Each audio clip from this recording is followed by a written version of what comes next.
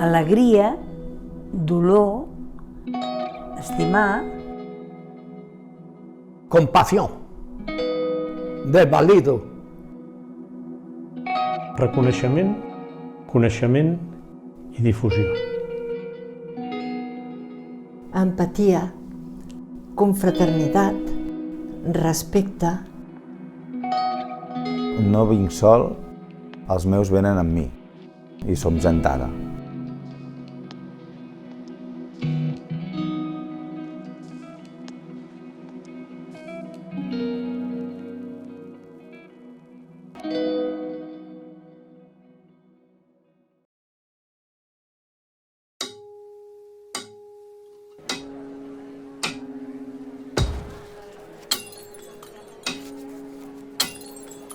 A viure en silenci t'hi acostumes i saps, de petit, ja saps discernir a on pots dir tot el que penses, però gairebé tot el que penses no es podia dir mai.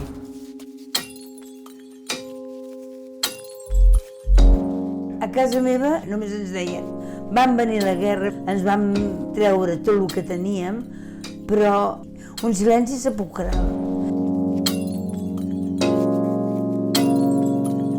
Un silencio forzado. Lo mismo los familiares, que todo el que se arribaba para de largo. No només hi havia un silenci de què no se'n parlava a nivell familiar, és que s'amagava i la gent se sentia culpable d'haver sigut familiar d'un represaliat.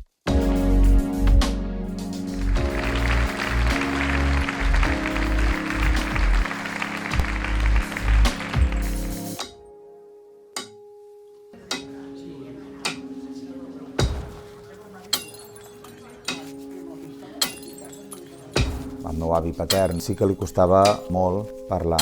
Jo li preguntava coses de la guerra i de seguida s'emocionava i no volia parlar-ne. A casa meva era un tema bastant tabú. Jo pràcticament amb la meva àvia mai n'havia parlat i principalment perquè jo preguntava.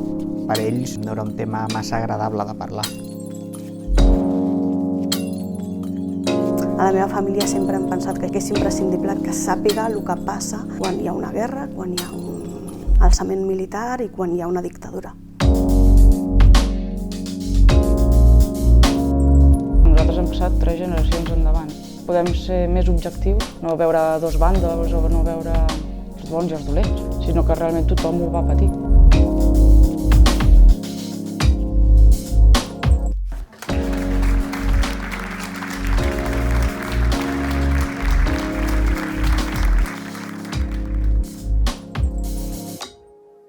Parlant a partir de històries familiars no reconegudes en relació a la Guerra Civil o al franquisme. Vam considerar que era un moment oportú, tot i els anys transcorreguts, perquè aquesta veritat o aquestes veritats plurals poguessin sortir en públic, en el mateix lloc on van ocórrer els fets, i poguessin ser reconegudes no només pel poble, pels ciutadans, per les ciutadanes, sinó també per les institucions democràtiques. Sobretot el tema del silenci a les famílies ha marcat en maneres de ser, en maneres de gestionar les relacions a nivell fins i tot comunitari. I per tant, què ens movia? Que això s'havia d'expressar en l'espai públic. I això és el que, de fet, comença a passar a la sessió preparatòria que fem ja amb elles i ells, que de fet ja es produeix un intercanvi molt interessant entre les persones, un reconeixement molt interessant. El denominador comú que a mi m'arribava de totes aquestes persones era aquest desig o més aviat necessitat, d'alliberament, de poder compartir tot això. Copsant de manera molt directa amb les persones que vaig començar a entrevistar el 2012 a Monistrol de Montserrat, i aquesta mancança a nivell més social i d'institucions la palpava amb les persones que tenien 80 o 90 anys i que van viure realment els fets de la Guerra Civil. Desgraciadament s'ha optat per aquest lema de no toquem el passat, passem pàgina. Ha estat la postura oficial en aquest cas de l'estat espanyol i per tant cal sortir d'aquesta dinàmica, cal, com diu el Jordi, que es pugui expressar, que es pugui reconèixer, que se'n pugui parlar, que es puguin entendre moltes coses. i fer un salt qualitatiu com a societat, no? Escolteu-me, però per què van matar el pare? Per què el pare és mort? Et deien, és que la gent que ho van fer no sabien el que feien. I aquí s'acabava tot. Penseu que un dia truquen a la porta, se t'emporten i no tornes mai més. Això era un fixament que la tenia gairebé obsessionada. Li vaig dir, mama, aquí era on el meu pare era comissari, i la mare diu, calla, fill meu. Silencis imposats per la por que han costat molts anys de trencar, i encara més en públic. És l'audiència memorial que s'ha fet a Sabadell. Una dotzena de persones expliquen, sense interrupcions, records i vivències de la Guerra Civil i el franquisme. Aquí tan important és parlar com escoltar, sense retrets ni judicis. El meu pare va ser alcalde franquista de Sentmenat durant molts anys, jefe del moviment, falangista. Jo, quan era petit, jo recordo que ja als 8 anys, jo anava amb la camisa blava. S'acaba la guerra i l'avi torna a entrar a l'alcaldia. Estic segur que aquesta entrada a l'alcaldia l'avi va valorar, que s'havia equivocat i que va ser una decisió precipitada. Memòries de diferents èpoques, des de l'exili a la clandestinitat. El túnel de Portbou era fosc, la gent cridava, es lamentava, paquets per tot arreu, la gent buscava la carn russa, les lleis condensades. Y cuando me di cuenta, aparecieron 2 coches, me abordaron, me pillaron con las manos en la masa, llenas de tobillas. Y hasta la fecha nadie de todos esos que dejaron a las personas en las cunetas han venido a pedir perdón a los familiares.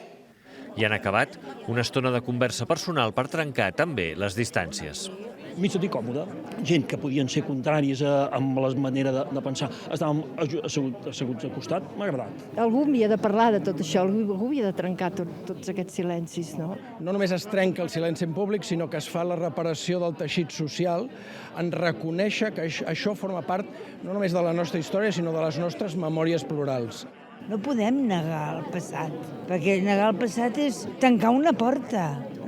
Hem de tenir el cor obert.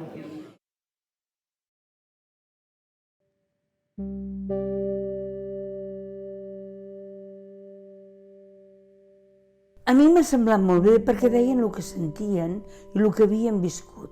Viuen així, ho veuen així, endavant. A més, són molt macos. Hi ha gent preciosa, han dit coses molt maques. I penso que això és digne de tenir-ho. Yo me siento contento por poder mover hoy algo, hablar, aunque nada más se pueda conseguir, es poder hablar. Jo em sentia, i pel que vaig parlar amb d'altres companys, com que anàvem a fer un acte de justícia a tota aquesta gent que van passar aquest calvari i que almenys no quedi esborrat i oblidat, més que reoblidat, no? Anàvem a fer memòria, a dir que ha passat tot això, tingueu-ho en compte i entre tots procurem que no ens hàgim de tornar a trobar així, que és molt bèstia. Pocs de nosaltres, o ningú, s'ha parat mai a escoltar a l'altra part. A l'altra part que es vulgui explicar i amb una actitud positiva i de comprensió mútua. No s'ha fet.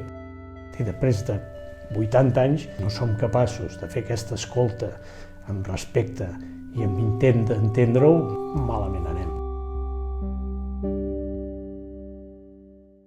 Aquesta transformació ens permet veure el present i el futur havent llegit la plana del passat, i no havent-la passat, sinó havent-la llegit, havent-la assumit, havent-la digerit, i a partir d'aquí són les condicions que ens permeten poder-nos projectar en el futur harmònicament d'una altra forma. De la mateixa manera que estem parlant de totes les víctimes i hem anomenat a les víctimes, jo volia mencionar el cas de la meva besàvia, que era una dona. A la guerra la majoria de les persones que van morir van ser homes i jo d'alguna manera volia fer també un record a les dones que jo crec que van ser iguals de víctimes. Quan un mor se'n va, però a vegades sempre la víctima és el que es queda, amb tota la desgràcia i amb tota la vivència. No li vols treure el mort aquest a l'àvia perquè saps que li fa mal, perquè sempre que surt un comentari a la tele, a les notícies sobre la guerra, notes que li fa mal. Però arriba un dia que has de seure i iaia, va.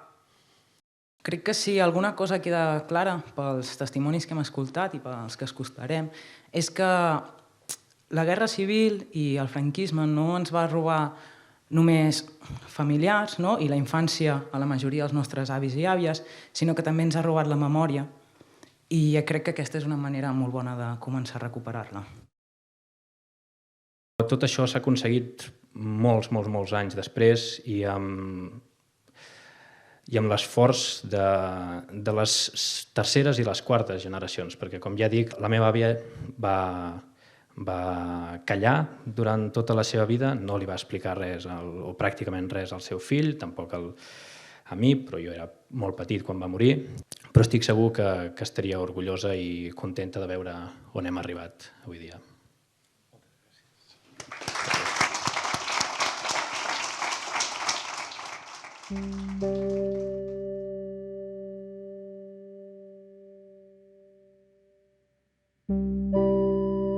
És imprescindible que es facin aquests actes. A nivell personal jo ho vaig passar una mica malament, no només durant l'acte, que vaig estar quasi tota l'estona plorant, sinó tota la setmana prèvia, mentre escrivia, mentre pensava, mentre rumiava què havia de dir, aquest tema em toca molt, m'emociona molt, i llavors va ser patidor, però crec que a la vegada, en el meu cas, i així ho veien també els meus pares i la meva família, que tenia la responsabilitat de venir i explicar el que havia passat, perquè un poble que no coneix la seva història està condemnat a repetir-la. Crec que està bé, que fóssim nosaltres. No sé si les altres generacions haguessin volgut parlar, tampoc, o de quina manera ho haguessin fet. Això també és important. Hi ha molts temes, hi ha molts represaliats, hi ha moltes víctimes, moltes temàtiques, i aquesta, en concret l'Audiència Memorial, potser és la més no trobo l'adjectiu, sensible, directa, humana, potser, perquè clar, tens al davant una persona o estàs escoltant unes persones que són fruit del que va passar. Crec que més aviat d'haver contribuït en que algú estigués en pau. És com si, com això que he parlat del meu avi, com si l'hagués pogut ajudar ara, quan jo en el seu moment potser no n'era conscient de tot el que passava. És això, saps? Jo vaig pensar, ostres, és que això és com una oportunitat que m'ha estat donant. No la puc desaprofitar, saps? Vaig pensar, és que ho haig d'aprofitar. I per això em vaig moure, vaig parlar amb tots els tiets i tot això, però ja us dic, jo no ho vaig fer per mi, personalment, sinó que ho vaig fer pel Salvador, és a dir, pel seu honor ho vaig fer. Vaig pensar, per mi, és a dir, per mi personalment, és que no li puc fallar. Va ser com una oportunitat i la vam aprofitar, crec. La vam aprofitar tots.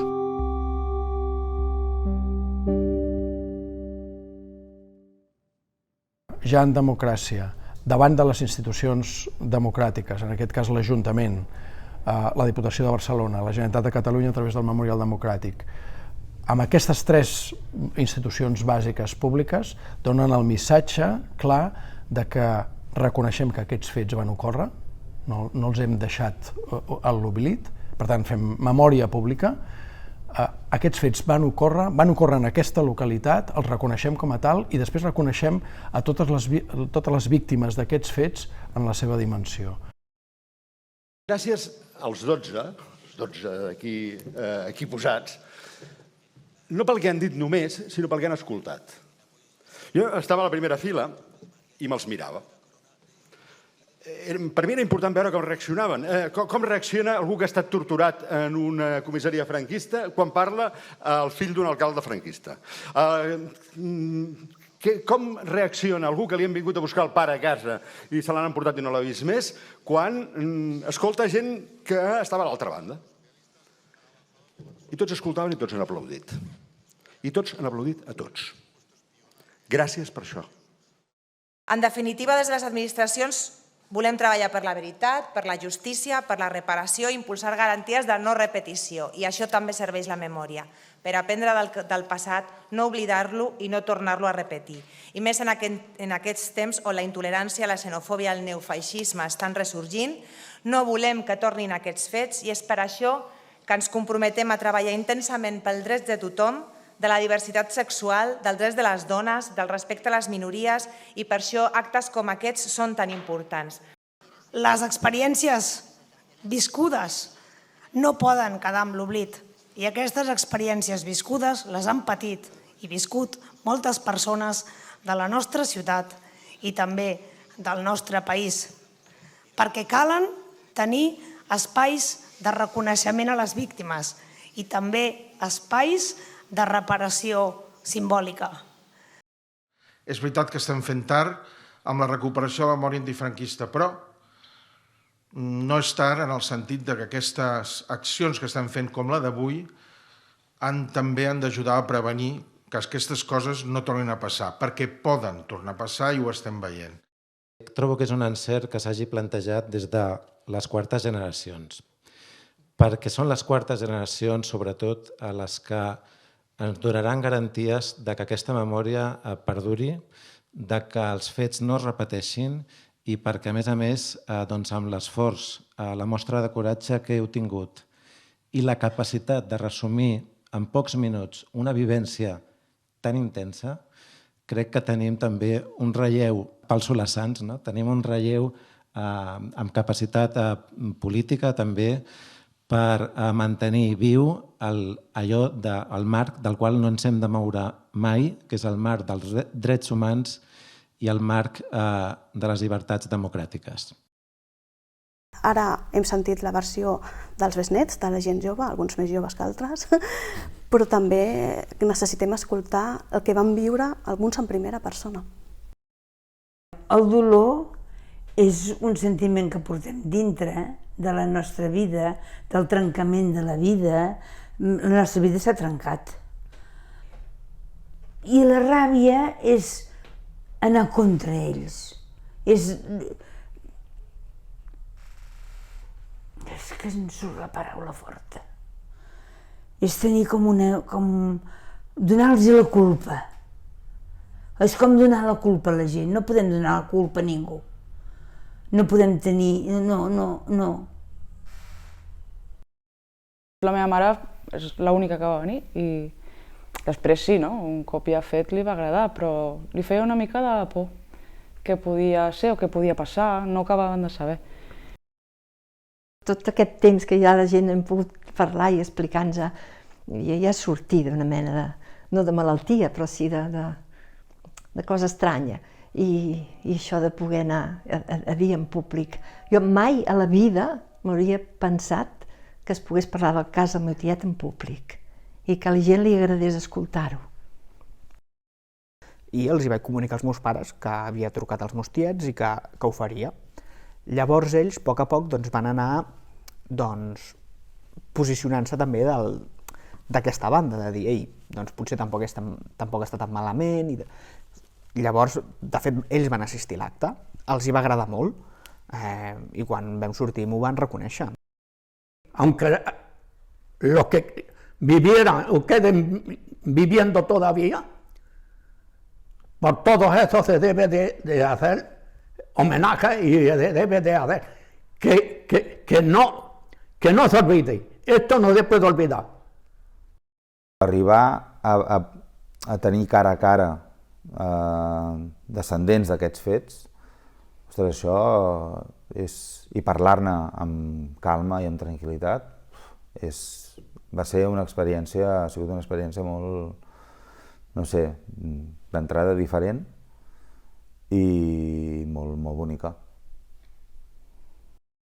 Si no es fes tot això no arribarem mai enlloc, però que hauria de ser molt fàcil des del punt de vista material, dir, escolti, això ens ho prenem en sèrio i ens hi posem a treballar, no podem fer tot el primer dia, això també està clar, però que es transmetés la imatge de que hi ha la voluntat i la realitat de què es fa. I una de les primeres coses és això, recuperar els morts, fins allà on es pugui, però recuperar i la memòria d'aquests morts i el reconeixement de cara als familiars i els familiars de cara als morts de la seva existència i de per què van acabar on van acabar, Les audiències estan apel·lant en certa manera, que les institucions públiques no només ho deixin fer, sinó que se n'ocupin, ho fomentin, es promogui activament i siguin actius, siguin subjectes actius d'un canvi de mentalitat a nivell nacional.